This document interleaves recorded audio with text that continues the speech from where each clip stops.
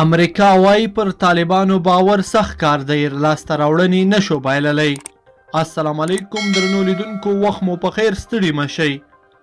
واشنګټن وایي پر طالبانو باور تر ټولو سخت کار دی او پر دغې ډلې دا باور نشته چې امریکا دې له ګواښونو څخه وساتي.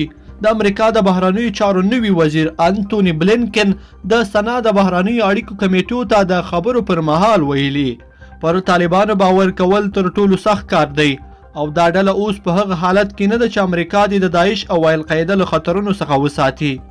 نوموړي په افغانستان کې د امریکایي سرتیرو حضور ته په اشارې سره ویلي چې له افغانستان څخه به ځواکونو وتل په شرایطو پورې تړلي وي. بلینکن وایي چې امریکا اماده ده چې یوه اوږده جګړه د خبرو له لارې حل کړي، خو هیڅکله به هم تیرې لاسته راوړنې له لاسه ورنه کړي. بلینکن یادې څرګندونې داسې مهال کوي چې تازه د امریکا د دفاع وزیر هم ویلي چې له افغانستان څخه به د امریکایي ځواکونو د وتلو پر پریکړه له سره غور کوي. لیدونکو په دې هیله چې دا مطلب به مو راسره تر پایه پورې لیدلی وي. که مو دا ویډیو خوښه شوې ویډیو لایک کړئ د سره او چینل هم سبسکرایب کړئ. تر بیا ښه وخت.